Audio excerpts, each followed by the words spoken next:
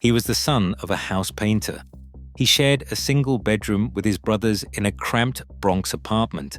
His family had fled persecution in Belarus and lived paycheck to paycheck. You would think a poor Jewish kid from the toughest borough in New York, with no fashion training and a name like Lifshitz, would never build a luxury empire, right? Well, Ralph Lauren would create a $10 billion global brand that defines American style. He would dress presidents, movie stars, and Olympic athletes, and he would do it by selling wide ties from a drawer in the Empire State Building, ties the fashion world initially rejected. So how did a boy who wore his brother's hand-me-downs become the most successful fashion designer America has ever produced? To find out, we have to go back to 1939. October 14th, 1939. Ralph Lifshitz was born in the Bronx, New York, the youngest of 4 children.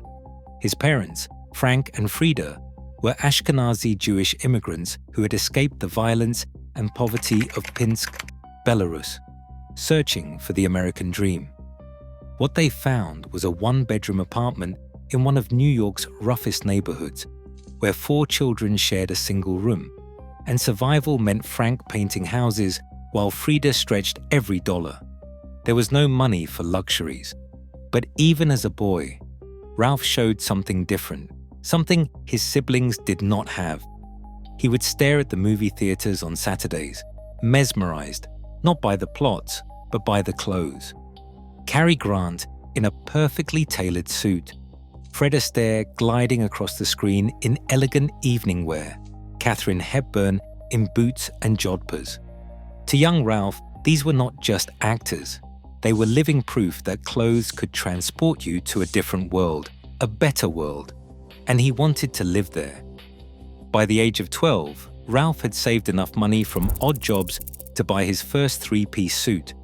He would walk through the Bronx wearing it like armor, transforming himself from a poor immigrant son into someone who mattered. It was not designer. It was not expensive. But the way he wore it, with a confidence that belied his circumstances, made people notice. He would tie the Shetland sweater around his shoulders just so, roll the cuffs of his jeans in a particular and unique way, take hand-me-downs from his older brothers and wear them with such distinctive style that nobody could tell they were not new. His older brother Jerry would later say Ralph had a natural affinity for putting himself together, that he just had style. Fellow Bronx kid Calvin Klein, who lived nearby and would become his lifelong rival, remembered that Ralph dressed in a way that was so different than everyone else. Even at DeWitt Clinton High School, while selling handmade ties to other students, Ralph was already thinking like an entrepreneur, already understanding that style was currency, already building the foundation of what would become his empire. But there was a problem, a big one. The name Lifshitz was a target. Kids at school mocked it relentlessly. The bullying was brutal and constant. In the 1950s, being different was dangerous. Being Jewish in a rough neighborhood was hard enough. Having a name that sounded like a punchline made you a walking target. At 16, Ralph and his brother legally changed their surname to Lauren. Some say it was inspired by Lauren Bacall, the actress who also came from the Bronx. Others believe it was chosen because it sounded sophisticated, aspirational, American. This was not just a name change. This was Ralph's first act of self-creation, his first deliberate step toward becoming someone else, someone better. And he would never stop reinventing himself. Ralph attended DeWitt Clinton High School, where his reputation for style only grew. While his classmates wore standard teenage fare, Ralph showed up in clothes he'd bought with money from working part-time at department stores. He was not rebelling. He was preparing, building the person he wanted to become. His mother Frida, whose ancestors included a long line of rabbis, recognized something special in her youngest son. She supported his dreams even when they seemed impossible. When other parents told their kids to be practical to find stable work, Frida told Ralph to trust his vision. After high school, Ralph enrolled at Baruch College to study business. It made sense on paper. Learn the fundamentals, get a degree, find security. But Ralph dropped out after just 2 years. The classroom could not teach him what he needed to know, and besides, the United States Army was calling. From 1962 to 1964, Ralph Lauren served his country. The military taught him discipline, precision, attention to detail. But it did not kill his dreams. If anything, those 2 years crystallized his vision. He saw how uniforms commanded respect, how the right clothing could convey authority, purpose, identity. When you wear an old military jacket, there is some sort of connection to those qualities, he would later say, to being strong, to being tough, to being a warrior. After his discharge, Ralph landed a job as a sales assistant at Brooks Brothers, the temple of traditional American menswear.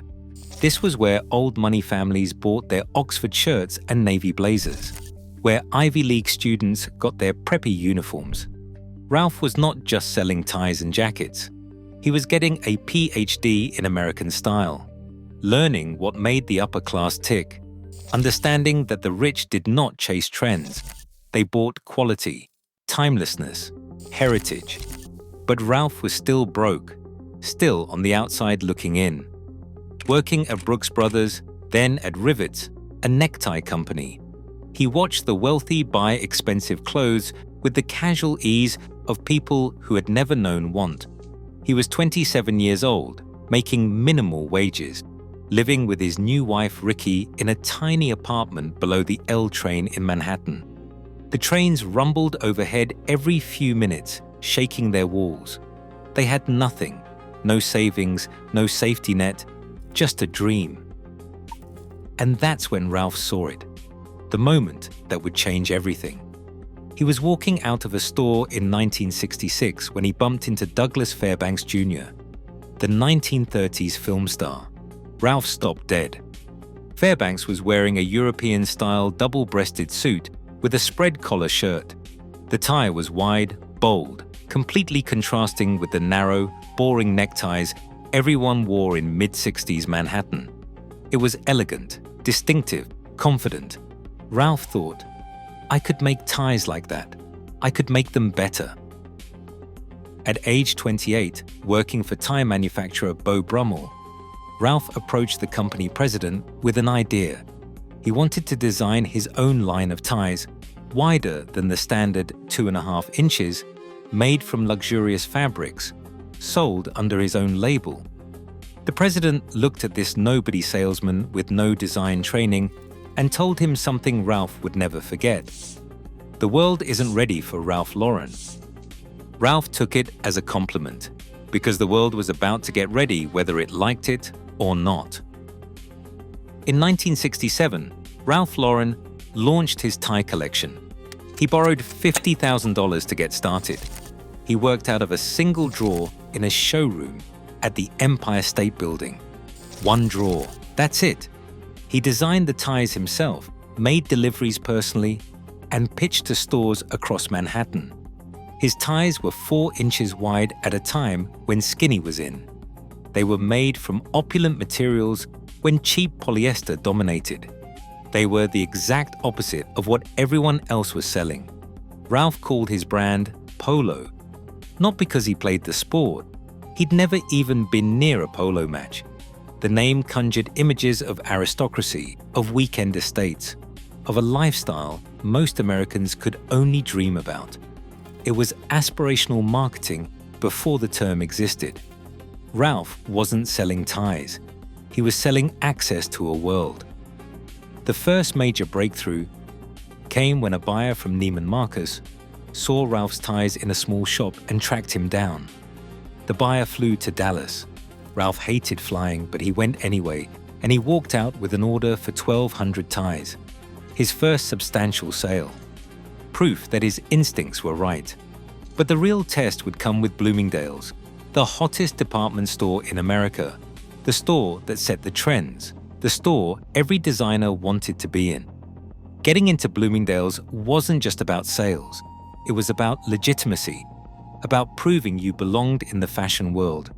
Ralph needed this. His wife Ricky needed this. The rent wasn't going to pay itself. When Ralph finally got a meeting with the Bloomingdale's buyer, they loved his ties.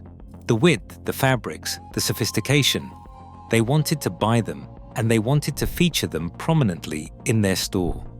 There was just one condition. Actually, two conditions. Ralph had to make the ties narrower, more in line with what was currently selling. And he had to remove his Polo label and replace it with the Bloomingdale's label. Standard practice, they assured him. This is how the business works. You want to be in Bloomingdale's, this is the price. Ralph sat in that meeting, 28 years old, broke, desperate for the sale. This was the opportunity he'd been working toward. Bloomingdale's could make him. Turn down this deal and he might never get another chance. I was really dying to sell Bloomingdale's, he would later recall. But faced with the opportunity, he refused. I wasn't going to change the ties, and I didn't, and I walked out. He remembered thinking his legs would crumble. For the next 6 months, Ralph struggled. He sold to small stores, barely scraping by. His wife Ricky, who believed in him completely, wrote him a heartfelt letter during this dark period. I would wish for the wings for you to fly. I believe in you and think you're going to do it. But belief doesn't pay rent. The L train kept shaking their apartment. The money kept not coming. And then, in early 1968, Bloomingdale's called. They couldn't find ties like Ralph's anywhere else. They wanted them, all of them, under the Polo label, Ralph's way. The decision to walk out of that meeting, to refuse to compromise his vision, became the turning point of his life. He told Wall Street analysts 50 years later that had he changed that tie, he would not be here today.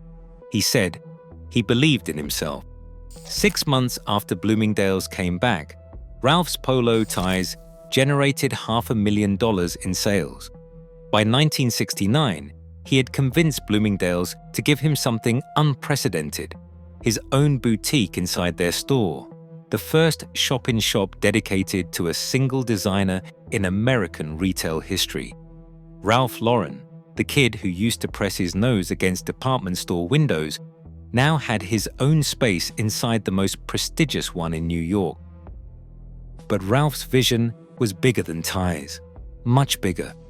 In 1968, he launched his first full menswear collection under the Polo name. Shirts, sport coats, slacks, suits, everything designed with the same philosophy, timeless American style with a hint of English aristocracy and Western romance.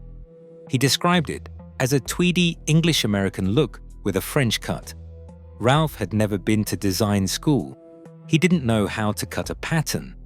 But he had something more valuable. He had taste, he had vision, and he knew how to build a world. In 1970, Ralph Lauren won his first Quixote Award for menswear, the fashion industry's highest honor. Just 3 years after selling ties from a drawer, he was being recognized as a major American designer. The kid from the Bronx had arrived.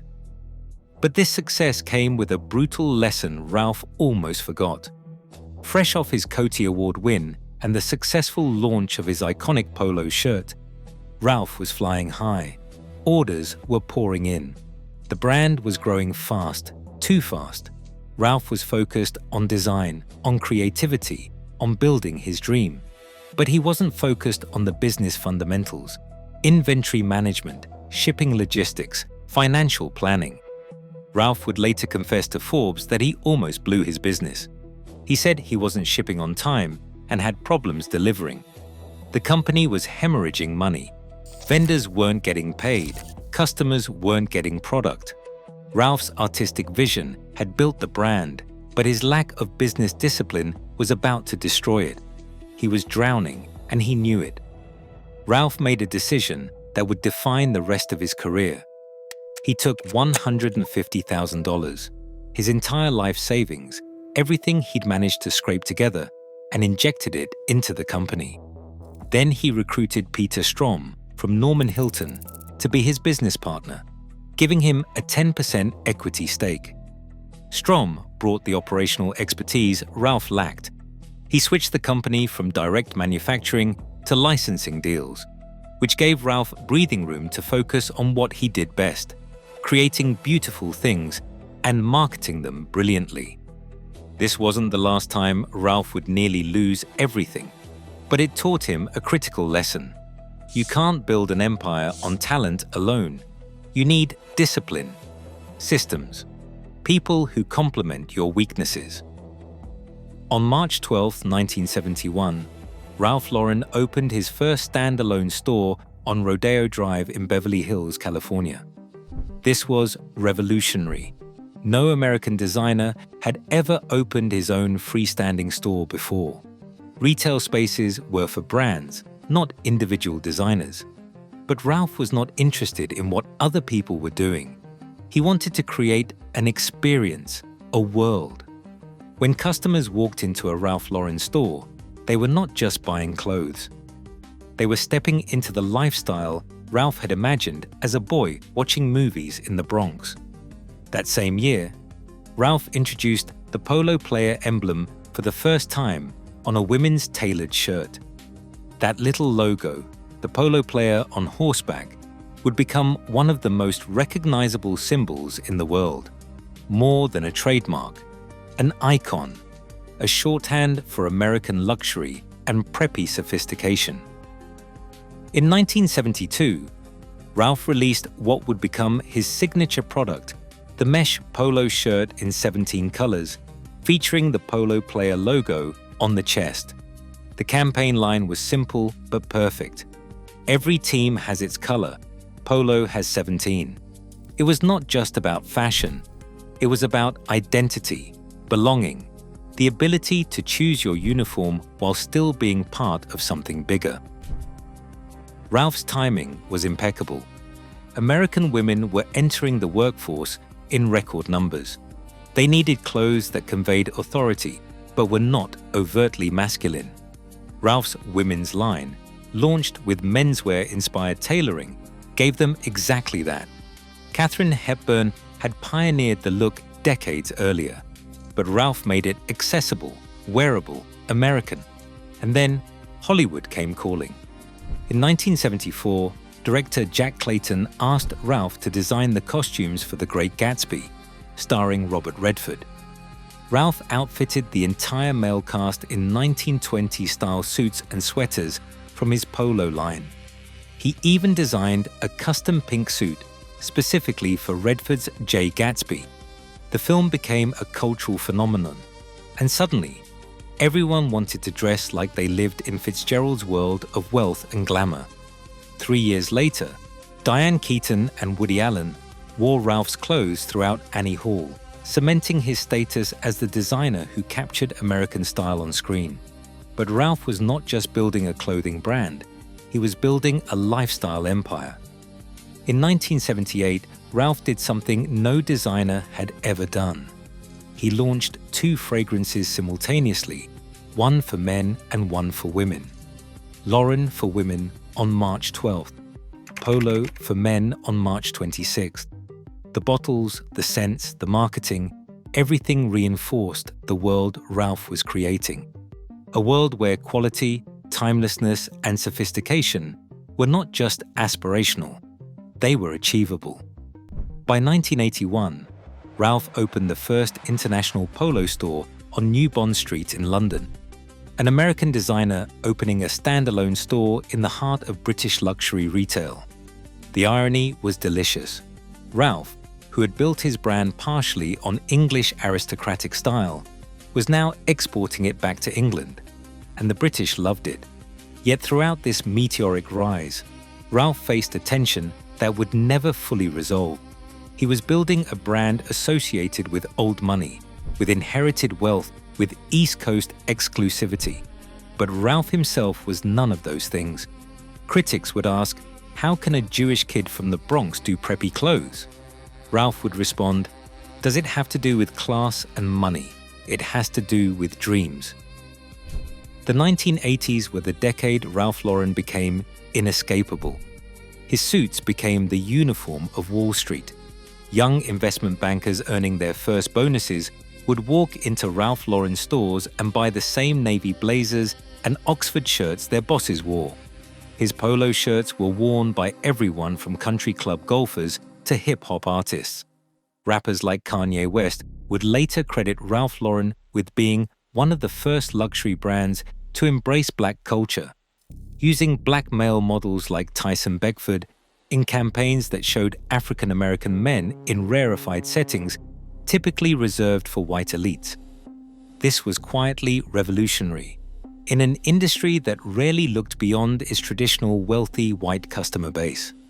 Ralph's brand transcended class boundaries, while somehow maintaining its luxury positioning. A Wall Street executive and a college student could both wear the Polo player logo and feel connected to something aspirational. This was the genius of Ralph's vision. He made expensive clothes feel accessible, and accessible clothes feel expensive. He understood something fundamental about American psychology. Everyone wants to believe they can belong to the club. Ralph sold them membership. In 1983, Ralph expanded into home furnishings. Pillows, bed linens, bath products, furniture, paint. Yes, paint. Over 400 different hues designed to help you create the Ralph Lauren aesthetic in your own home. Some people thought he was crazy. Designers design clothes, not lifestyles. But Ralph understood what others didn't. His customers weren't buying products. They were buying into a fantasy, and that fantasy needed to extend beyond their wardrobes. The Rhinelander Mansion on Madison Avenue and 72nd Street in New York was a Gilded Age masterpiece built in 1898. By the 1980s, it had become a shell of its former glory. In 1986, Ralph Lauren bought it and spent months restoring it to its original opulence, working with designer Naomi Leff. They used 82,000 square feet of Honduran mahogany. Every detail was obsessed over. When it reopened as Ralph's flagship store, it was not just a retail space, it was a monument. John Fairchild, chairman of Women's Wear Daily, called it the best boutique in America, probably the world. Consumers responded, spending $5 billion a year on Ralph Lauren products by 1997. Ralph had become the best-selling designer in the world. Not the most cutting edge, not the most avant-garde, but the most successful. Ralph understood that most people do not want to be fashion victims. They want to look good, feel confident, and project success. Ralph gave them the tools to do exactly that. On June 12, 1997, the Ralph Lauren Corporation went public on the New York Stock Exchange. It became the largest listed clothing company in the market. Ralph, who had started with $50,000 borrowed from a tie manufacturer, now presided over $1 billion empire. He owned most of the voting shares, maintaining total control over his creation. This was his baby, and nobody was going to tell him how to raise it. But going public brought new pressures. Wall Street wanted growth, and investors demanded quarterly earnings improvements. The fashion industry was changing rapidly. Fast fashion was rising, department stores were struggling, and Ralph, now in his 60s, was being asked to adapt to a world that moved faster than his timeless aesthetic could handle. Ralph faced another crisis, this one personal and terrifying. In April 1987, he underwent surgery to remove a benign brain tumor. The operation was successful, but it was a stark reminder of mortality. Ralph had built this incredible empire, but he was human, vulnerable, finite. After his recovery, something shifted in him. He became more philanthropic, more focused on giving back. In 1989, Ralph co-founded the Nina Hyde Center for Breast Cancer Research at Georgetown University. Nina Hyde was a fashion journalist who had died of breast cancer, and Ralph was determined to make a difference. In 1994, he helped establish Fashion Targets Breast Cancer, with the Council of Fashion Designers of America, designing the logo himself. The initiative raised $2 million in its first year, selling Ralph Lauren FTBC t-shirts. But Ralph did not stop there. In 2003, he established the Ralph Lauren Center for Cancer Care and Prevention in Harlem, pledging to provide the highest quality cancer screening and treatment to underserved communities. In 2016, he donated $200 million to establish the Ralph Lauren Center for Cancer Care in partnership with Memorial Sloan Kettering Cancer Center. $200 million from a man who once shared a bedroom with his brothers in the Bronx. When asked why he focused so heavily on cancer research and treatment, Ralph's answer was simple and honest. "I really believe you can do a lot of good things in this life. It can't be me all the time. You got to give back." However, even as Ralph built his philanthropic legacy, his company was facing existential threats. By 2015, the same strategies that had built the empire were now undermining it. The company had grown too fast, opened too many stores in mediocre locations, and flooded the market with too much inventory. 26 different licensing deals meant Ralph Lauren products were being made by outside companies with varying quality standards. The brand was everywhere, which meant it was nowhere special. Licensing deals had diluted brand equity. Outlet stores were everywhere, making the brand feel less exclusive, less aspirational, less worth the premium price. Department stores like Macy's, which accounted for 11% of total revenue, were struggling as consumers shifted online. The rise of fast fashion brands meant younger consumers had cheaper options that looked similar enough. E-commerce was disrupting traditional retail. The entire luxury fashion industry was facing a reckoning. Ralph Lauren, despite its heritage and prestige, was not immune.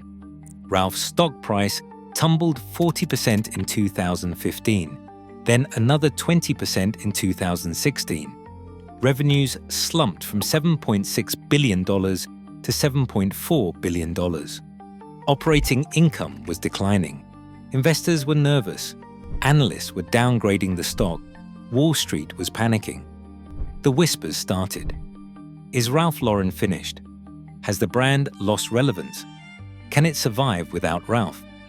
Can an 80-year-old designer who built his reputation on timeless classics compete in an era of Instagram influencers and TikTok trends? For the first time in nearly 50 years, Ralph made a decision that shocked the industry. On September 29, 2015, he announced he was stepping down as CEO. He would remain executive chairman and chief creative officer, but he was handing operational control to Stefan Larsson, who had achieved wild success as global president of Old Navy. Ralph encouraged Larsson to bring fresh thinking, to shake things up, to modernize the company.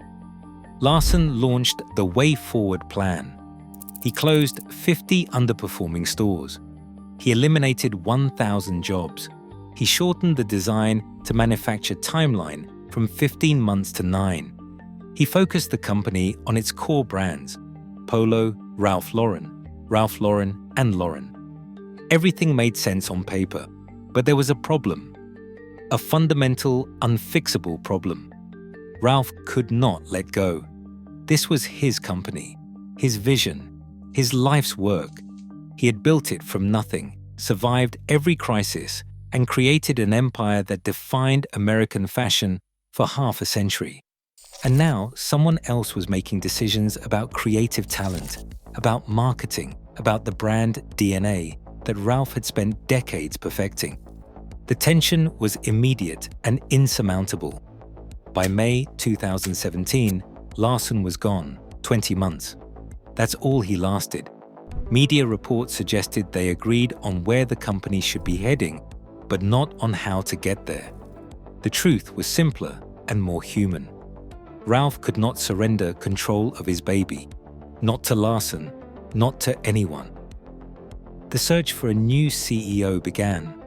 Ralph needed someone who understood that this wasn't just a fashion company. It was Ralph's life, his identity, his legacy. And in July 2017, he found that person in Patrice Louvet, a Procter & Gamble veteran who came from a world of toothpaste and razor blades, but brought something Ralph needed: business discipline without creative interference. Louvet's contract contained a provision that was unusual but necessary. Ralph retained final say in all brand and creative decisions, as well as hiring and firing senior executives in design and marketing. Louvet would handle strategy, execution, and business results. Ralph would protect the soul of the company. The arrangement was clear. This is still Ralph's company. Louvet was just managing it. And it worked. Under Louvet's leadership, Ralph Lauren began a remarkable turnaround. They pulled back from outlet stores, reducing the brand's presence in off-price retail by 40%. They reduced inventory by 16%. They focused on their core products: polo shirts, cable sweaters, the flag sweater, items that sold year after year regardless of trends. They invested heavily in digital and e-commerce, transforming the website into a luxury shopping experience. They elevated the brand back toward luxury positioning, closing underperforming stores while opening flagship locations in key markets. They partnered with Wimbledon and the US Open, reinforcing the brand's association with elite sports and aristocratic tradition. Most importantly, they remembered what made Ralph Lauren special in the first place: timelessness, quality, the promise of American style. They stopped chasing trends and doubled down on classics. They stopped trying to be everything to everyone and focused on being the best at what Ralph had always done: selling the American dream. By 2024, annual revenues had grown to $6.6 billion, up from the crisis lows. Gross margins expanded by 190 basis points. The company was profitable, healthy, and relevant again. Stock prices recovered, more than doubling from their 2016 lows. The direct-to-consumer business was thriving, with over 5 million new customers added in a single year. Consumers who had grown up wearing Polo were now buying it for their own children. The brand had survived its crisis and emerged stronger, leaner, and more focused, just as Ralph himself had survived every setback in his life by refusing to compromise his vision. Today, Ralph Lauren has a net worth of approximately $12 billion, making him one of the wealthiest fashion designers in history. The company generates over $6 billion annually, and it sells on every continent. There are hundreds of stores worldwide, from flagship locations in Manhattan and London to boutiques in Shanghai and Tokyo. The Polo player logo is recognized instantly across the globe, appearing on shirts, on home furnishings, on fragrances, and on paint colors. More than 50 years after he sold his first tie, Ralph Lauren remains one of the most valuable fashion brands on earth. Ralph Lauren has dressed everyone from Nancy Reagan to Melania Trump, from Robert Redford to Kanye West. He designed the costumes for The Great Gatsby and for Annie Hall, films that defined their eras. He designed the uniforms for Team USA at multiple Olympics, clothing American athletes on the world's biggest stage. He was knighted by Queen Elizabeth II, the first American designer to receive that honor.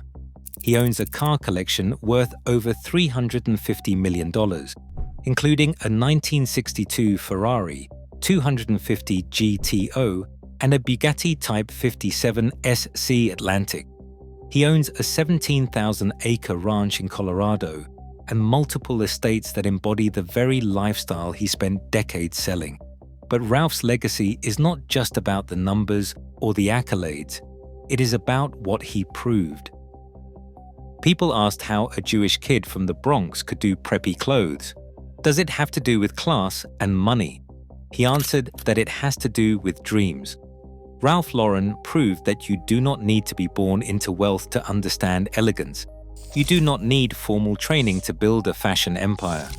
You do not need connections or privilege to create something timeless. What you need is vision. The courage to walk away from bad deals. The discipline to save your company when it is failing. The wisdom to hire people who complement your weaknesses.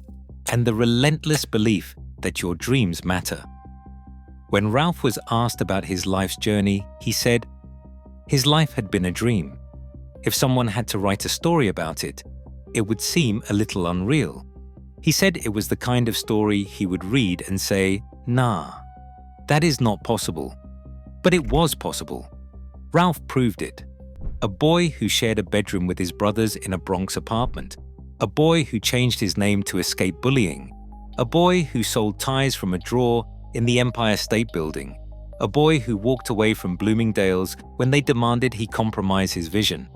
A man who nearly lost everything in 1970 but saved his company with his life savings.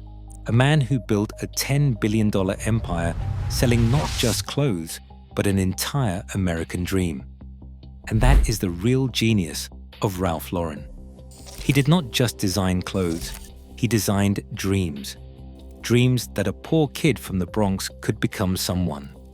Dreams that you could buy a polo shirt and feel like you belonged. Dreams that quality and style were not reserved for people born into privilege. Dreams that the American promise of reinvention and success was real and achievable. Ralph Lauren's legacy lives in every person who puts on a polo shirt and feels a little more confident.